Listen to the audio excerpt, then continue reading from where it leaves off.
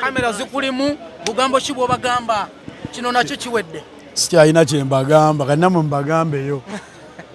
kali bagambe ki okoze ebyafaayo kati yogera abannyonnyole mukozi ebyafaayo baali tebakisuubira nti kiri bakiti abali bakisuubira baali tebakisuubira kya abagamba omundi ogwokutaano gwanditabukamu boyi tekisoboka tabuka ngambye wenzirawo enkya era bajja n'amaanyi ng'oyina maanyi n'enkya obadde obayise nze ne bwenzirawo enkya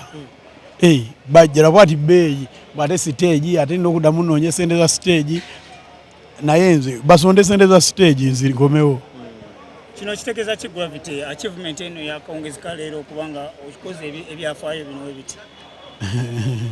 nja kwebaza leero saala kwaba bigambo bingi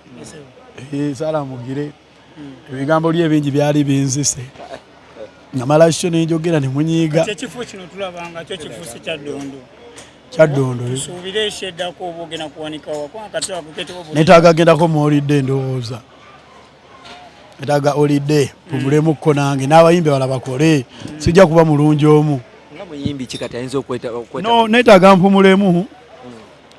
sikuwumula kuyimba nkyayimbira ddala naye kati nga konsati lonki zino soke nzigakkanemukko nabo bakole naye gwe buli mwaka kati guno okimanyi eno sho mu mwaka gumu kubye sho 2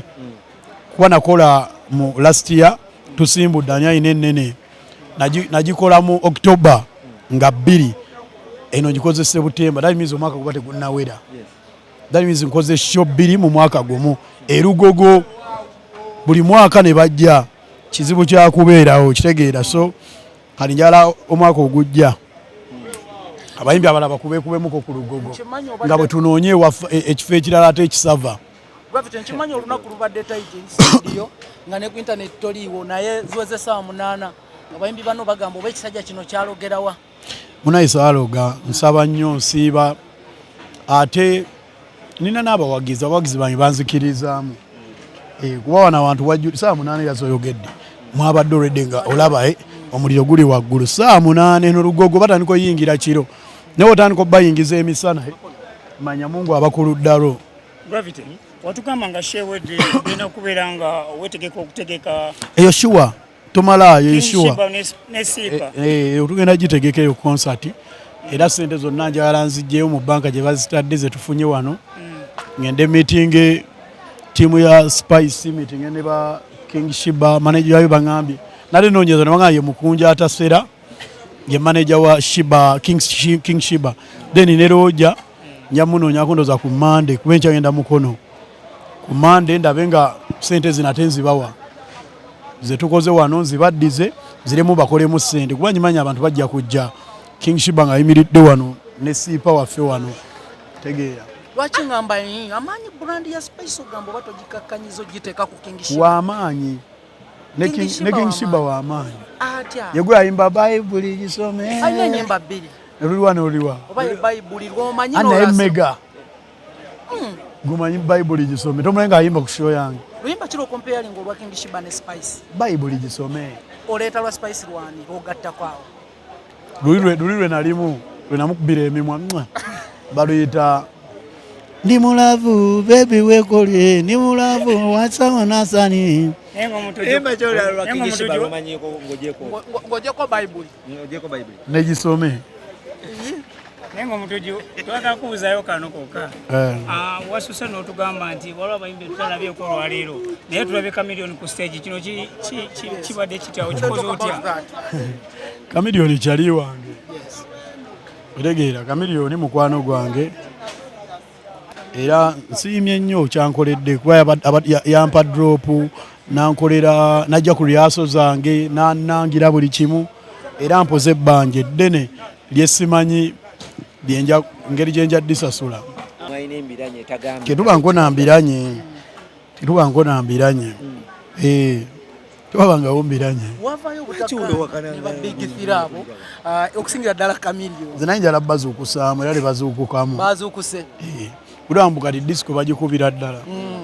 emabegako twali tumanyi gwe ne big size bebe cool mwakwatagana era waliwo ne kakiripu nga muli mu studio mukola oluyimba musajja talabise oluyimba what happened ababize naye ababize ng'omuntu gomanyi bangi abatalabise wano bantu bali mu upcountry abantu bali mu papo pate waliwo abali Arua waliwo abayimbi bali mu kukola yaman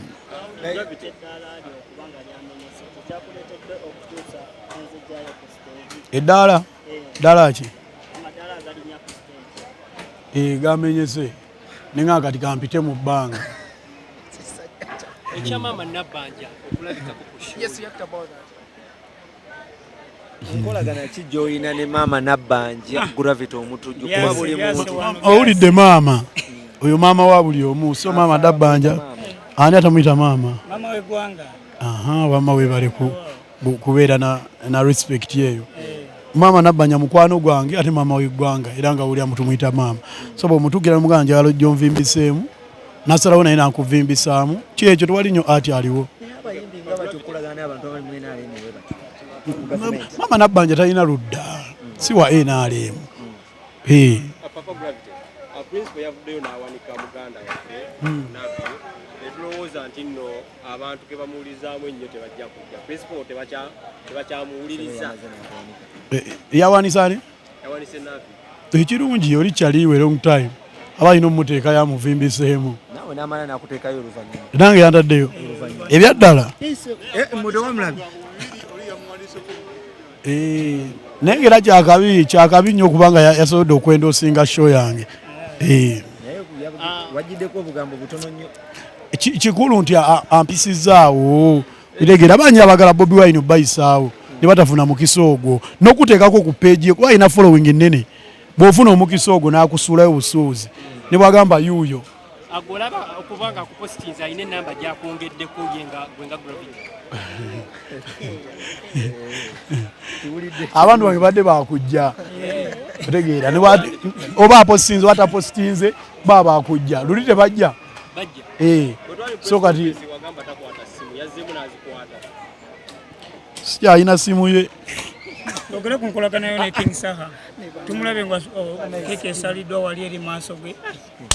omwode platform y'amaanyi tusuubire ekyenjawulo wakati agenyisa mukwano gwange long time twatandika naye aso ale Mungu n'atusaasira ffenna ne tubeerawo nga tuli strong kamani yana yalina show ye wano mu January nga 26 weekuumye otya mu industry ebyaddala eya principal namba yaviiramu ddala abantu tebakawulidde wanje lwaki wajjamu enamba ya principal mu ssimu ye ate nga mukubiranga amasimu adde nga takwala ntondo nokimanyi muli baffala tutya omumanyi ebibuuzo bwe mubuuza bya kidongo ate ki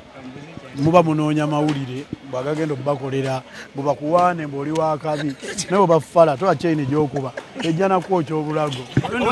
nina ekibuuzo kyange kyenjagala okubuuza naye no kyayini yo badde nkusaba ogijjemu ogakumpa kijjemu kino kigenda kwokya obulago yakikira banamawulire sigenda kuwa naye kijjemu jasi nkuwonya kansa